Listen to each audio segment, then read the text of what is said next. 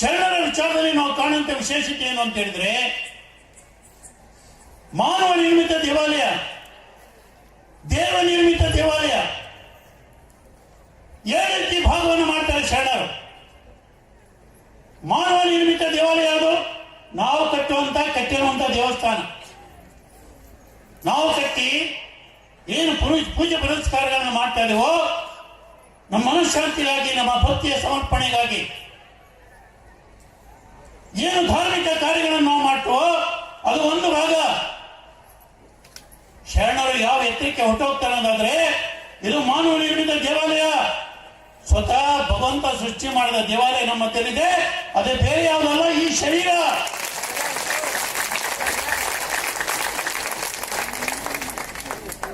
ಎಷ್ಟು ಸುಂದರವಾದ ಮಾತುಗಳಲ್ಲಿ ಶರಣರು ಹೇಳ್ತಾರೆ ಅಂದ್ರೆ, ಉಳ್ಳವರು ಶಿವಾಲಯ ಮಾಡುವರು ನಾನೇನು ಮಾಡಲಿ ಬಡವನೆಯ, ಎನ್ನ ಕಾಲೆ ಕಂಬ ದೇವೇ ದೇಗಲ ಶಿರ ಹೊನ್ನ ಕಳಸವಯ ಕೊಡಲ ಸಂಗಮ ದೇವ ಅಂತ ಹೇಳ್ತಾರೆ ಶರಣರು.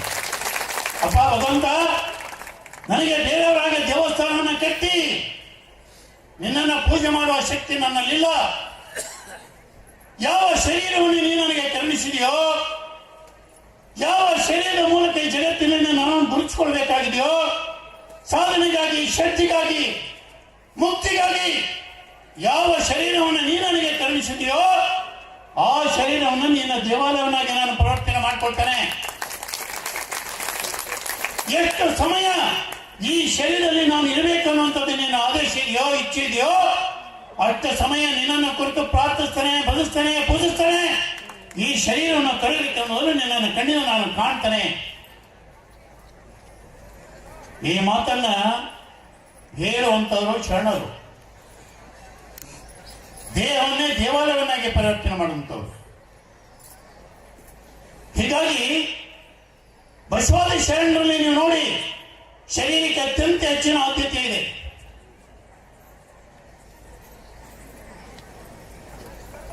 ಈ ಶರೀರಕ್ಕೆ ಕೊಡುವಂತ ಗೌರವ ಅದು ಭಗವಂತನಿಗೆ ಕೊಡುವಂತ ಗೌರವ.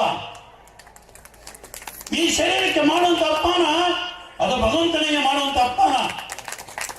ಈ ರೀತಿ ಒಂದು ಮಾನವನ ದೇಹದ ಬಗ್ಗೆ ಅತ್ಯಂತ ಪವಿತ್ರ ಭಾವನೆಯನ್ನು ತೋರಿದಂತ, ಅದಕ್ಕಿರುವಂತ ಮಹತ್ವನ ಮನುಕುಲಕ್ಕೆ ತಿಳಿಸಿದಂತ ಪರಂಪರೆಯನ್ನು ನೀವು ಕಾಣಲಿಕ್ಕೆ ಸಾಧ್ಯ ಇದ್ರೆ ಅದು ಬಸವಾದಿ ಶರಣರಲ್ಲಿ ಮಾತ್ರ ಕಾಣಲಿಕ್ಕೆ ಸಾಧ್ಯ.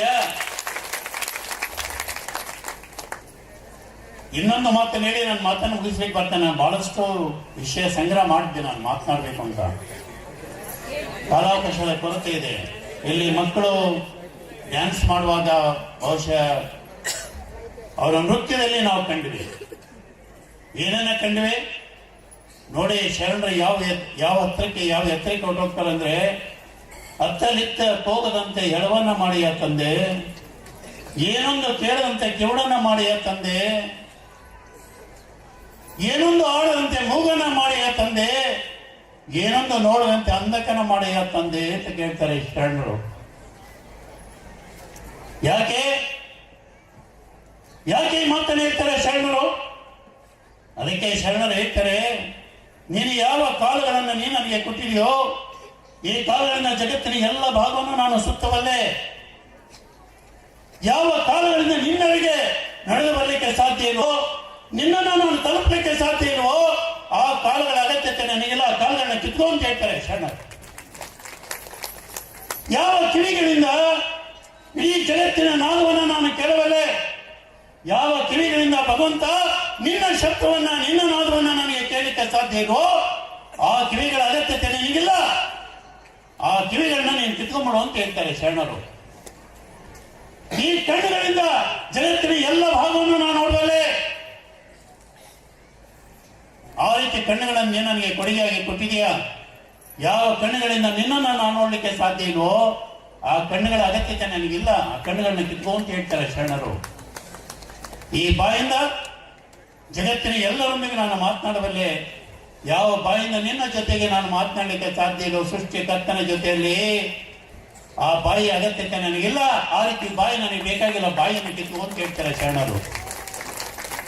ಇದರ ಮೂಲಕ ಏನನ್ನು ಹೇಳ್ತಾರೆ ಅಂದ್ರೆ, ಏಕಾಗ್ರತೆ, ಆಂತರಿಕ ಜಗತ್ತಿನ ಪರಿಚಯವನ್ನು ಶರಣರು ನಮ್ಗೆ ಮಾಡ್ತಾರೆ. ಎರಡು ರೀತಿಯ ಲೋಕಗಳಿದೆ ಈ ವ್ಯವಸ್ಥೆಯಲ್ಲಿ. ಒಂದು ಬಾಹ್ಯ ಲೋಕ, ಇನ್ನೊಂದು ಆಂತರಿಕ ಲೋಕ.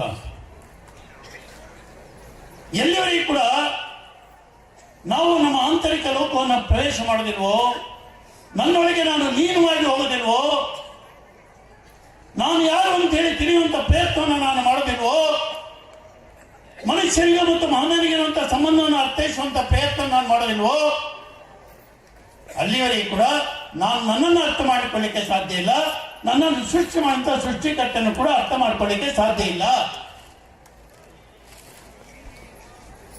ಆದರೆ ಈ ಸೃಷ್ಟಿ ಏನಕ್ಕೆ ರಚನೆ ಆಗಿದೆ, ಈ ಮಾನವನ ಬದುಕು ಏನಕ್ಕೆ ರಚನೆ ಆಗಿದೆ, ಈ ಬದುಕಿನಲ್ಲಿ ನಾನು ಮಾಡಬೇಕಾದ ಕಾರ್ಯ ಏನು, ನಾನು ನಡೆದು ಹೋಗಬೇಕಾದ ದಾರಿ ಏನು, ಇದನ್ನು ಅರ್ಥ ಮಾಡ್ಕೊಳ್ಬೇಕಾದ ಶರಣರು ಹೇಳ್ತಾರೆ, ನಿನ್ನೊಳಗೆ ನೀನು ಲೀನ ಆಗಬೇಕು.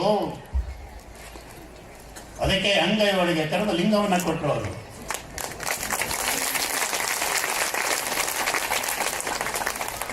ಏಕಾಗ್ರತೆಯ ಪಾಠವನ್ನು ಹೇಳಿ. ಹೀಗಾಗಿ ಇದನ್ನು ನಾವು ಇಂಗ್ಲಿಷಲ್ಲಿ ಹೇಳುವಂತ ಸೆಲ್ಫ್ ರಿಯಲೈಸೇಷನ್ ಅಂತ.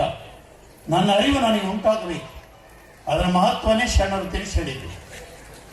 ಒಂದು ಲೋಕದ ಶುದ್ಧತೆ, ಲೋಕದ ಕಲ್ಯಾಣ, ಇನ್ನೊಂದು ಕಡೆಗೆ ಪ್ರತಿಯೊಂದು ಜೀವಿಯ ಕಲ್ಯಾಣ.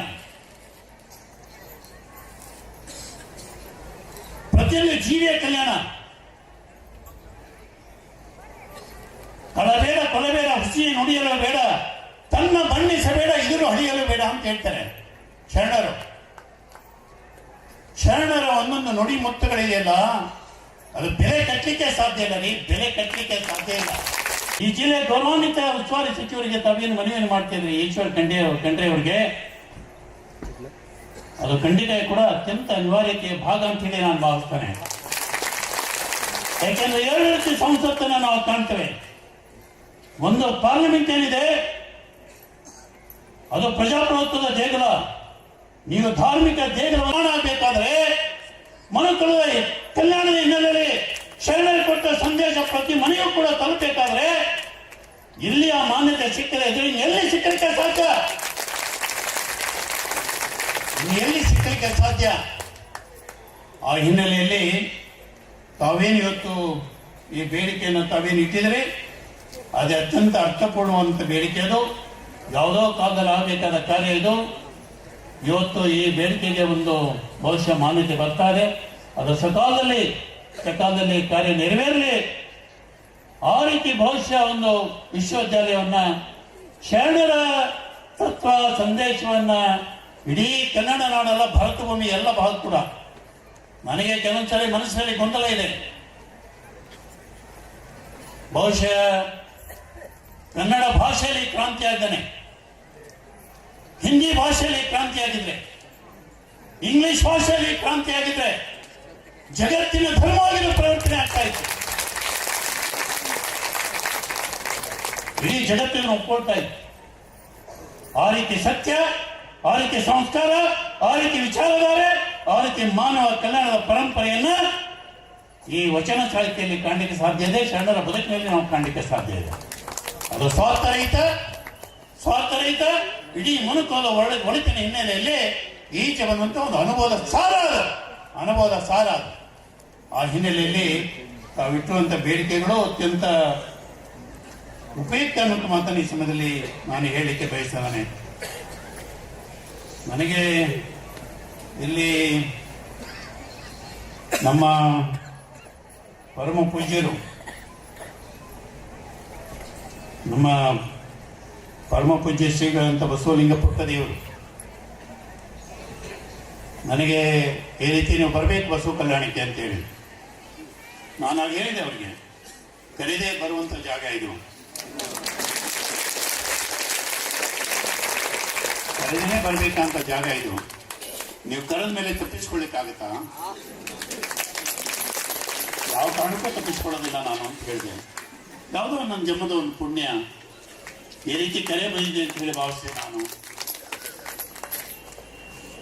ಆಮೇಲೆ ಆಮಂತ್ರಣ ಪತ್ರವನ್ನು ಮೇಘಾಲಯಕ್ಕೆ ಕಳಿಸ್ತೇವೆ ಅಂತ ಹೇಳಿದರು.